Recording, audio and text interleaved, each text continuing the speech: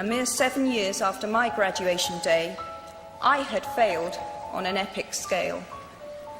An exceptionally short-lived marriage had imploded, and I was jobless, a lone parent, and as poor as it is possible to be in modern Britain without being homeless.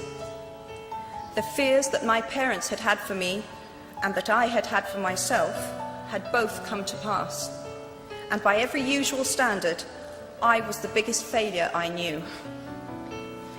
Now, I'm not going to stand here and tell you that failure is fun. That period of my life was a dark one, and I had no idea that there was going to be what the press has since represented as a kind of fairy tale resolution. I had no idea then how far the tunnel extended, and for a long time, any light at the end of it was a hope rather than a reality.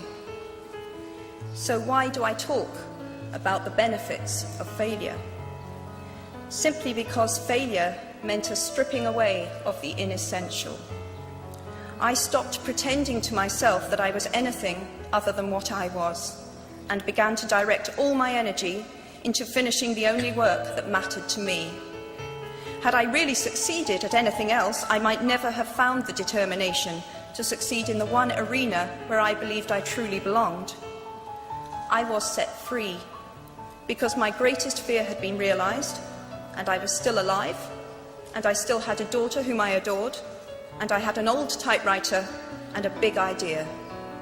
And so rock bottom became the solid foundation on which I rebuilt my life.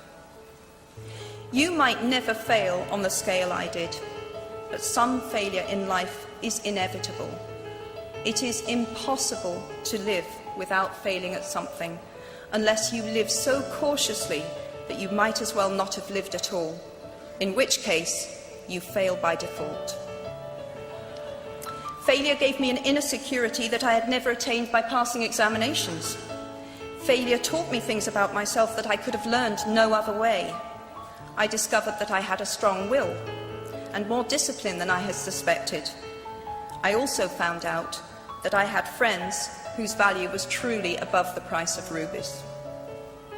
The knowledge that you have emerged wiser and stronger from setbacks means that you are, ever after, secure in your ability to survive.